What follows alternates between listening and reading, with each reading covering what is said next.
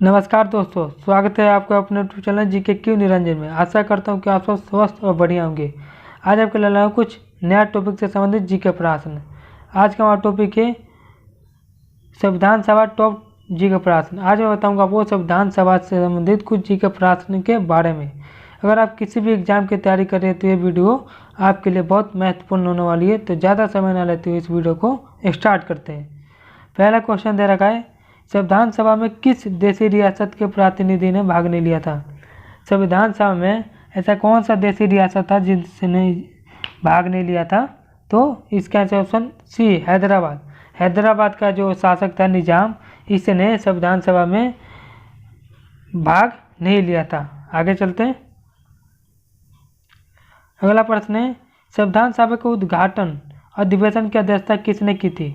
जो संविधान सभा के उद्घाटन और अधिवेशन की अध्यक्षता जो किया था वो किसने किया था? तो इसका आंसर ऑप्शन बी सच्चिदानंद सिन्हा। सच्चिदानंद सिन्हा ने संविधान सभा के उद्घाटन और अधिवेशन की अध्यक्षता की भूमिका निभाई थी। आगे चलते हैं।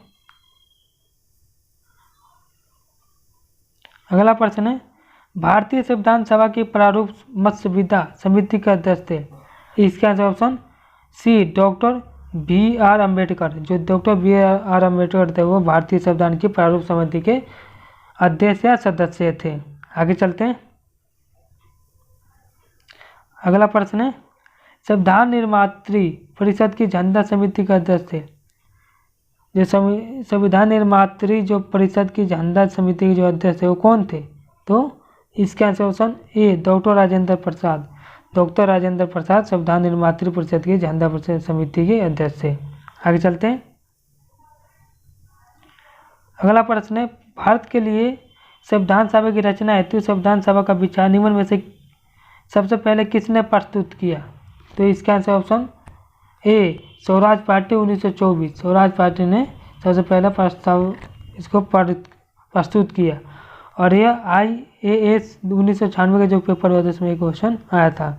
इस वजह से ये क्वेश्चन इंपॉर्टेंट हो जाता है, तो याद रखिएगा। आगे चलते हैं। अगला प्रश्न है, 1922 ईस्वी में निम्नलिखित में से किसके द्वारा उद्गार व्यक्त किया गया कि भारतीय संविधान भारतीयों की इच्छा अनुसार होगा? यानी कि 1922 में किसके द्वारा उद्गार व्यक्त किया गया कि जो भारतीय संविधान है वो भारतीयों की इच्छा अनुसार होगा? तो इसका आंसर ऑप्शन ए महात्मा गांधी। महात्मा गांधी ने कहा था कि जो भारतीय संविधान है उसका उद्गार व्यक्त जो होगा वो भारतीय के अनुसार ही होगा। आगे चलते हैं। अगला प्रश्न है, सन 1936 में भारतीय राष्ट्रीय कांग्रेस द्वारा संविधान सभा के संगठन की मांग कहाँ पर हुए अधिवेशन में रखी गई? जो सन 1936 में जो भारतीय राष्ट्रीय कांग्रेस द्वारा संविधान सभा के गठन के मांग जो हुए थे वो कहाँ पर अधिवेशन में रखी गई थी? तो इसका आंसर ऑप्शन सी फैजपुर अधिवेशन में रखी गई थी। आगे चलते हैं। अगला प्रश्न है, संविधान सभा के प्रारूप मसविदा समिति में सदस्यों की संख्या कितनी थी? जो प्रारूप समिति के सदस्य जो अध्यक्ष जो थे वो तो डॉक्टर भीमराव अम्बेडकर थे, लेकिन इसमें सदस्यों की संख्या कुल कितनी थी? तो आंसर हो जाएगा इसका ऑप्शन बी 7। आगे चलते हैं। अगला प्रश्न है, राष्ट्रीय झंडे की अभिकल्पना को भारत की संविधान सभा में ग्रहण किया गया था। तो इसका आंसर ऑप्शन बी जुलाई 1950 में। आगे चलते हैं। अगला प्रश्न है, संविधान सभा का पहला सत्र कब हुआ था? तो इसका आंसर ऑप्शन सी 9 दिसंबर 1946 को। आगे चलते हैं।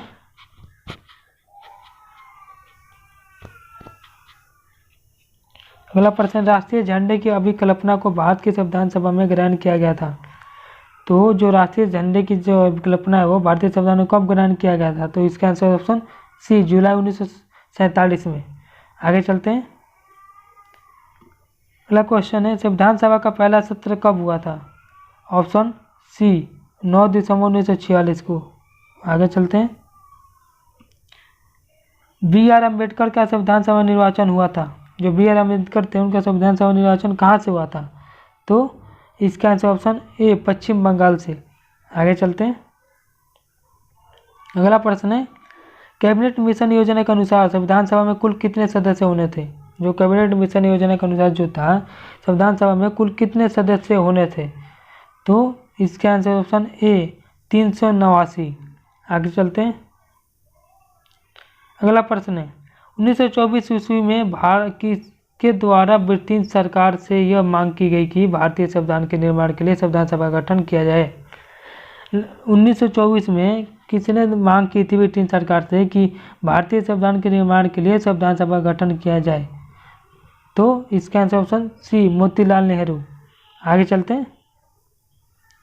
अगला प्रश्न है भारतीय संविधान सभा ने भारतीय राष्ट्रीय ध्वज की रूपरेखा को अंगीकार किया, कब किया था? तो इसका आंसर ऑप्शन डी 22 जुलाई 1947 को। आगे चलते हैं।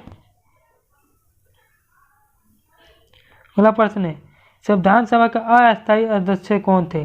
संविधान सभा का अस्थायी अध्यक्ष कौन थे? तो इसका आंसर ऑप्शन सी सच्चिदानंद सिन्हा। आगे चलते हैं। अगला प्रश्न है निम्न में से कौन भारतीय संविधान के प्रारूप समिति के सदस्य नहीं थे? प्रारूपण जो समिति था इसके सदस्य कौन नहीं थे? तो इसका answer option D doctor Rajendra Prasad जो थे यह इसकी समिति के अध्यक्ष नहीं थे। आगे चलते हैं। अगला प्रश्न है संविधान सभा का चुनाव निम्न में से किस आधार पर हुआ? तो इसका आंसर ऑप्शन डी वर्गीय मताधिकार के अनुसार जो संविधान सभा का चुनाव हुआ था वो वर्गीय मताधिकार के आधार पर हुआ था। आगे चलते हैं। अगला प्रश्न है संविधान सभा के विचार का औपचारिक रूप से प्रतिपादन किसके द्वारा किया गया? तो इसका आंसर ऑप्शन सी एम.एन. राय द्वारा संविधान सभा के विचार का औपचारिक रूप से प्रतिपादन किया गया था। आगे चलते हैं। अगला प्रश्न है प्रस्तावित मूल संविधान में कुछ सदस्यों का विभाजन किस प्रकार होना निश्चित हुआ था? तो इसका आंसर ऑप्शन डी उपयुक्त सभी। ब्रिटिश प्रांतों के 292 प्रतिनिधि, देशी रियासतों के 93 प्रतिनिधि, मुख्य कमिश्नरेट क्षेत्र के 4 प्रतिनिधि, यानी कि ये उपयुक्त सभी जो है वो प्रस्तावित मूल संविधान के में कुल सदस्यों का विभाजन निश्चित हुआ था इस प्रकार। आगे चलते हैं। अगला प्रश्न संविधान सभा ने संविधान को अंतिम रूप से किस दिन पारित किया? जो संविधान सभा था उसको संविधान को जो था उसको अंतिम रूप से किस दिन पारित किया था? तो इसका आंसर ऑप्शन सी 26 नवंबर 1949 को। आगे चलते हैं। अगला प्रश्न है निम्नलिखित में से कौन प्रारूप मसविदा समिति का सदस्य नहीं था? बताना है कि जो प्रारूप समिति का जो सदस्य था वो कौन नहीं था? तो इसका आंसर ऑप्शन ए जवाहरलाल नेहरू। जो जवाहरलाल नेहरू थे वो प्रारूप समिति के सदस्य नहीं थे। आगे चलते हैं। अगला प्रश्न है संविधान सभा के अस्थायी सदस्य कौन थे? जो संविधान सभा के अस्थायी सदस्य कौन थे? तो इसका answer option C doctor Rajendra Prasad. आगे चलते हैं। अगला प्रश्न है संविधान सभा के विभिन्न प्रांतों के लिए 292 सदस्यों का निर्वाचन होना था। इनमें से कांग्रेस के कितने प्रतिशत प्रतिनिधि निर्वाचित होकर आए? तो इसका आंसर ऑप्शन बी 208 जो कांग्रेस के प्रतिनिधि थे वो निर्वाचित होकर आए थे। आगे चलते हैं। अगला प्रश्न है संविधान सभा को किसने मूर्त रूप प्रदान किया? जो संविधान सभा का मूर्त रूप था वो किसने प्रदान किया? तो इसका answer option D Jawaharlal Nehru. जो जवाहरलाल नेहरू थे उन्होंने ही संविधान को मूर्त रूप प्रदान किया था। आगे चलते हैं। इस वीडियो का लास्ट प्रश्न है 11 दिसंबर 1946 को किससे संविधान सभा का स्थायी अध्यक्ष चुना गया? 11 दिसंबर 1946 को किससे जो था संविधान सभा का स्थायी सदस्य चुना गया था अध्यक्ष? इससे पहले चुना गया था क्या कहते हैं सच्चिदानंद सिन्हा को, लेकिन अस्थायी रूप से जो चुना गया इनको वो 11 दिसंबर 1946 को किसे चुना गया था? तो इसका answer option B doctor Rajendra Prasad को 1946 11 दिसंबर 1946 को अस्थायी रूप से अध्यक्ष चुना गया था। तो आज की वीडियो को हम यही समाप्त करते हैं। अगर वीडियो आपको पसंद आई तो लाइक करें, शेयर करें और कमेंट करके बताएं कि आपको वीडियो कैसी लगी। मिलते हैं नेक्स्ट वीडियो में, तब तक के लिए जय हिंद।